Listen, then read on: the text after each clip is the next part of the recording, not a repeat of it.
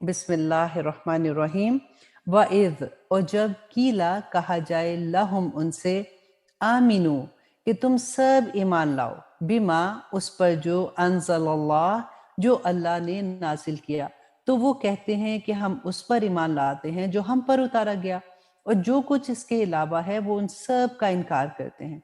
हालांकि वो मीन्स के कुरान पाक ही हक है, तस्दीक करने वाला है उसकी जो उनके पास है। आप कह दीजिए कि फिर तुम क्यों कत्ल करते रहे हो इससे पहले अल्लाह के नबियों को? अगर तुम ईमान वाले हो तो तुमने ऐसा क्यों किया? यहाँ पे देखिए आयत नंबर 91 खत्म होती है, और अब देखिए कि अल्लाह सुब्हानहू तआला फरमाते हैं कि क्योंकि उन्होंने पहले अंजील का कुफर किया और हजरत मसीह अलैहिस्सलाम को नहीं माना, और अब उन्होंने मोहम्मद सल्लल्लाहु अलैहि वसल्लम का कुफर किया और कुरान को नहीं माना। तो अल्लाह सुब्हानहू तआला फरमाते हैं कि अगर तुम ऐसे ही हक परस्त हो और जो कुछ तुम पर नाजिल किया गया है इस पर ईमान रखने वाले हो, तो तुमने अपने पैगंबरों को क्यों कत्ल किया, और खुद बनी इसराइल में जो पैदा हुए थे तुमने उनको भी कत्ल कर दिया। और इसके अलावा अल्लाह सुब्हानहू तआला फरमाते हैं कि तुमने ज़करिया अलैहिस्सलाम को क्यों कत्ल किया जबकि वो तो उन्हीं में से थे। याह्या अलैहिस्सलाम को क्यों कत्ल किया, ईसा अलैहिस्सलाम की कत्ल की प्लानिंग क्यों कर रहे थे? तुम्हारे तो हाथ नबियों के खून से आलूदा हैं और तुम दावेदार हो ईमान के। और अब आयत नंबर 92 में अल्लाह सुब्हानहू तआला फरमाते हैं, वलक़द, और यकीनन बिलाशुबा, जाअकुम, आए तुम्हारे पास मूसा बिलबय्यिनात, वाज़े खुली निशानियां लेकर, सुम्म इत्तख़ज़्तुमुल इज्ल, फिर तुमने पकड़ा बछड़े को, मिन बादिही, इसके बाद, व अंतुम ज़ालिमून, और तुम तो जालिम थे। अब यहाँ पे इंशाल्लाह इसकी डिटेल आगे भी जाके डिफरेंट जगहों पे हम पढ़ेंगे। सूरत अल-अराफ में अल्लाह सुब्हानहू तआला ने बहुत डिटेल में ये वाक़या बयान किया कि जब हज़रत मूसा अलैहिस्सलाम को अल्लाह सुब्हानहू तआला ने कोह तूर पे बुलाया, तो बाद में सामरी ने कैसे इनको बहका दिया, और इन्होंने सब ने मिलकर वो जो 10 दिन, क्योंकि मूसा अलैहिस्सलाम 30 दिन का कह के गए थे और अल्लाह सुब्हानहू तआला ने 10 दिन और बढ़ा दिए, तो जब वो वापस 30 दिन के बाद नहीं आए तो सामरी ने उनको कहा कि मूसा तो तुम्हें भूल गए हैं। अब ये बछड़ा जो है, जो सामरी ने उनका सबके ज़ेवरात लेके बनाए थे, इंशाल्लाह उसकी डिटेल आगे जाके हम पढ़ेंगे, तो उन्होंने उसकी पूजा करनी शुरू कर दी। तो यहाँ पे अल्लाह सुब्हानहू तआला वही वाक़या का ज़िक्र कर रहे हैं कि तुमने मूसा अलैहिस्सलाम के जाने के बाद, हालांकि तुमने खुली निशानियां कौन सी थी? क्योंकि इन्होंने अपनी आंखों से समंदर को 2 हिस्सों में फटते देखा था और वहां से कामयाबी के साथ निकल के ये वादिय ती तक आ गए थे।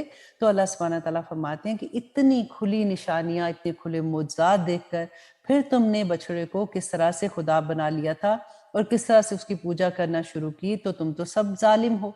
और जुल्म क्या होता है कि किसी को उसका हक ना देना, और यहाँ पे इसी बात का जिक्र किया जा रहा है। बायत नंबर 93 में अल्लाह सुब्हानहू तआला फरमाते हैं, वइज़, और जब अखज़ना, लिया हमने, मीसाक़कुम, तुमसे पुख्ता अहद, वरफ़अना, और बुलंद किया हमने, फ़ौक़कुम, तुम्हारे ऊपर, अतूर, पहाड़ को, तूर पहाड़, खुज़ू, तुम सब थाम लो, मा आतईनाकुम बिक़ुव्वतिन, जो कुछ दिया हमने तुम्हें मजबूती के साथ। अब यहाँ पे क्या है कि मूसा अलैहिस्सलाम जब तौरात लेके वापस आते हैं, तो इन्होंने जब देखा कि वो अहकामात देखे, तो उन्होंने कहा कि मूसा ये तो बहुत मुश्किल अहकामात हैं, हमसे तो अमल नहीं होगा।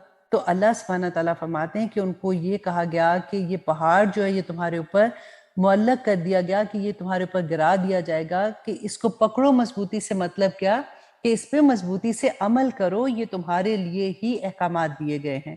और फिर अल्लाह सुब्हानहू तआला फरमाते हैं, और तुम सुनो, उन्होंने कहा हमने सुन लिया और हमने नहीं मानना, और वो अपने दिलों में बछड़े की मोहब्बत पिला दिए गए। क्यों पिला दिए गए? अपने कुफर के सबब। आप कह दीजिए कि बुरा है वो जिसका तुम्हारा ईमान तुम्हें हुक्म देता है, अगर तुम हो मोमिन। यहाँ पे देखिए कि इन्होंने कहा कि हमने सुना और हमने नाफरमानी की, यानी हमने सुन तो लिया है मगर मानेंगे नहीं। कौमी यहूद में ये एक बहुत बुरी बीमारी थी कि ज़ुबान को ज़रा मरोड़ कर लफ्ज़ इस्तेमाल करते थे और उसकी मानी बदल देते थे, और उसका मफ़हूम ही अक्सर बदल जाया करता था। जैसे कि समेना व अताना के बजाय वो कहते थे समेना व असैना, और जब उनसे ये पूछा जाता था कि ये तुम ऐसे क्यों कहते हो, तो वो ये कहते थे कि नहीं, हम तो समेना व अताना कहते हैं, तुम्हारी समात में, तुम्हारे सुनने में कोई गलती है, हम तो गलत नहीं कहते। تو اللہ سبحانہ تعالیٰ فرماتے ہیں کہ پلا دی گئی ان کے دلوں میں بچڑے کی محبت، کس وجہ سے؟ ان کے کفر کی وجہ سے۔ اور اللہ سبحانہ تعالیٰ فرماتے ہیں کہ بہت ہی بری ہیں یہ باتیں جن کا حکم دے رہا ہے تمہیں تمہارا ایمان اگر تم مومن ہو۔ یہاں پہ اسی بات کی نشاندہی کی جا رہی ہے کہ ان کا ایمان، جو یہ کہتے تھے کہ ہم تو مومن ہیں، تو اللہ سبحانہ تعالیٰ فرماتے ہیں کہ یہ بہت عجیب ایمان ہے جو تمہیں ایسی بری حرکات کا حکم دیتا ہے۔ کیا ایمان کے ساتھ ایسی حرکتیں ممکن ہیں؟ اب اس کے بعد کی آیت میں ایک یونیورسل ٹروتھ کا بیان ہو رہا ہے، کیونکہ یہودیوں کو یہ گمان تھا کہ ہم تو اللہ کے بڑے چہیتے ہیں، لاڈلے ہیں، اس کے بیٹوں کی مانند ہیں، ہم اولیاء اللہ ہیں، ہم اس کے پسندیدہ لوگ ہیں، لہٰذا آخرت کا گھر ہمارے لیے ہے۔ چنانچہ ان کے سامنے ایک ٹیسٹ رکھا جا رہا ہے، اور یہ ٹیسٹ ہم سب کے لیے بھی ہے۔ اور آئیے دیکھتے ہیں آیت نمبر 94 میں وہی ٹیسٹ کی بات ہو رہی ہے۔ اللہ سبحانہ تعالیٰ فرماتے ہیں، قل، آپ کہہ دیجئے اے محمد صلی اللہ علیہ وسلم، ان کانت، اگر ہے، لکم، تمہارے لیے، دار الاخرۃ، آخرت کا گھر، عند اللہ، اللہ کے نزدیک، خالصتاً، خاص طور پر، من دون الناس، لوگوں کے سوا، تو تم موت کی تمنا کرو اگر تم سچے ہو، کہ اگر تمہیں جنت میں داخل ہونے کا اتنا ہی یقین ہے تو دنیا میں رہنا تم پر گراں ہونا چاہیے۔ یہاں تو بہت سی تکلیفیں ہیں، یا تو انسان کو بڑی مشقت اور شدید کوفت اٹھانی پڑ جاتی ہے، جس انسان کو یہ یقین ہو کہ اس دنیا کے بعد آخرت کی زندگی ہے اور وہاں میرا مقام جنت ہے، تو اسے تو دنیا قید خانہ نظر آنی چاہیے۔ جیسے کہ حدیث میں ہے کہ نبی صلی اللہ علیہ وسلم نے فرمایا کہ دنیا مومن کے لیے قید خانہ اور کافر کے لیے جنت ہے۔ اگر کسی شخص کا آخرت پر ایمان ہے اور اللہ کے ساتھ اس کا معاملہ خلوص پر مبنی ہے، نہ کہ دھوکے بازی پر، تو اس کا کم سے کم تقاضا یہ ہے کہ اسے دنیا میں زیادہ دیر تک زندہ رہنے کی آرزو تو نہ ہو۔ اس کا جائزہ ہر شخص خود اپنے آپ سے لگا سکتا ہے۔ قرآن پاک میں اللہ سبحانہ تعالیٰ نے سورۃ قیامہ میں فرمایا، بل الانسان علی نفسہ بصیرہ، کہ بلکہ آدمی اپنے لیے آپ دلیل ہے۔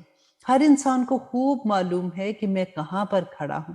آپ کا دل آپ کو بتا دے گا کہ آپ اللہ کے ساتھ دھوکہ بازی تو نہیں کر رہے، آپ کا معاملہ خلوص اور اخلاص پہ مبنی ہے کہ نہیں۔ اگر واقعتاً خلوص اور اخلاص والا معاملہ ہے تو پھر تو یہ کیفیت ہونی چاہیے کہ جس کا نقشہ اس حدیث نبوی میں کھینچا گیا ہے۔ دنیا میں اس طرح رہو گویا تم اجنبی ہو یا مسافر ہو، تو پھر یہ دنیا باغ تو نہیں، قید خانہ ہی نظر آنی چاہیے جس میں انسان مجبوراً رہتا ہے۔ پھر زاویہ نگاہ یہ ہونا چاہیے کہ اللہ نے مجھے یہاں بھیجا ہے، لہٰذا ایک مقررہ مدت کے لیے یہاں پر رہنا ہے، اور جو ذمہ داریاں اس کی طرف سے عائد کی گئی ہیں وہ مجھے ادا کرنی ہیں۔ لیکن اگر یہاں رہنے کی خواہش دل میں موجود ہے تو پھر یا تو آخرت پر ایمان نہیں ہے، یا اپنا معاملہ اللہ کے ساتھ خلوص اور اخلاص پر مبنی نہیں ہے۔ یہ گویا ہمارا ایک ٹیسٹ ہے۔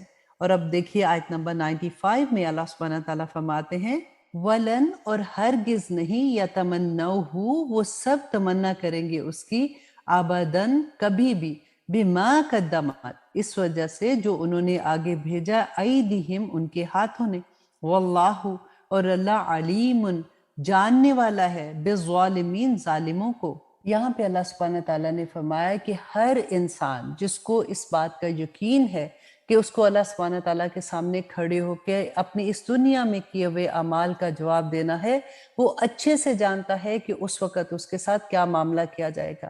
اللہ سبحانہ تعالیٰ سے دعا کریں کہ اللہ سبحانہ تعالیٰ ہمیں اس بات کی اہمیت اس دنیا میں سمجھا دے، تاکہ ہم توبہ کرنے والے بن جائیں اور ہم اپنے اعمال کو بہترین کرنے والے بن جائیں۔